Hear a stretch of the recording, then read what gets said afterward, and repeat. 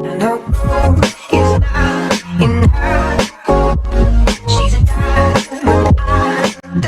Intermediate fasting आजकल एक healthy trend बन गया है। ये वेट लॉस में हेल्प करता है, मेटाबॉलिक हेल्थ को बढ़ाता है, वहीं से हमारा लाइफ स्पेन भी बढ़ता है। इंटरमीडिएट फास्टिंग को करने के बहुत सारे पैटर्न मौजूद है, तो जानते हैं इंटरमीडिएट फास्टिंग को करने के 6 सबसे पॉपुलर तरीके, जिनमें से फर्स्ट है 16/8 मेथड। इस मेथड में 14 से 16 घंटे तक फास्टिंग यानी भूखा रहना होता है और खाने का टाइम 8 से 10 घंटे होता है।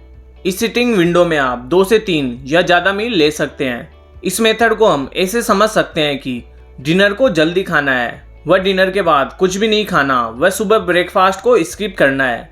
एग्जाम्पल के लिए अगर आप अपना डिनर 8 PM पे ख़त्म करते हैं तो आपको सुबह 12 बजे तक कुछ भी नहीं खाना। इससे आप 16 घंटे का फास्ट रख लेंगे। इस फास्टिंग के दौरान आप 0 कैलोरी की कोई भी ड्रिंक ले सकते हैं, जैसे पानी, कोकोनट वाटर या ग्रीन टी।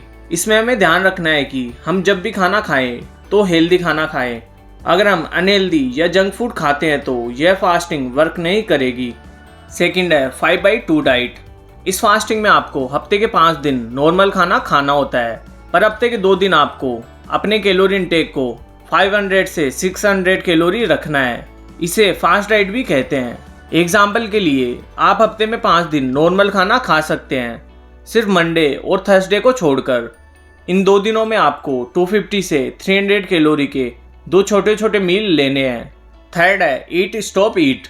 इसमें हमें वीक में 2 दिन 24 घंटे के लिए भूखा रहना होता है, यानी डिनर करने के बाद अगले दिन के डिनर तक हमें कुछ भी नहीं खाना। एग्जाम्पल के लिए अगर आप अपना डिनर 7 PM पे ख़त्म करते हो तो अगले दिन 7 PM तक आपको कुछ भी नहीं खाना। इस दौरान आप 0 कैलोरी ड्रिंक ले सकते हैं। इसमें हमें यह ध्यान रखना है कि फास्टिंग के अगले दिन भी हमें उतना ही खाना खाना है जितना हम नॉर्मल डेज में खाते हैं। ऐसा नहीं कि फास्टिंग के बाद डबल खाना खा रहे हैं। ऐसा करने से हमें कोई बेनिफिट नहीं होगा।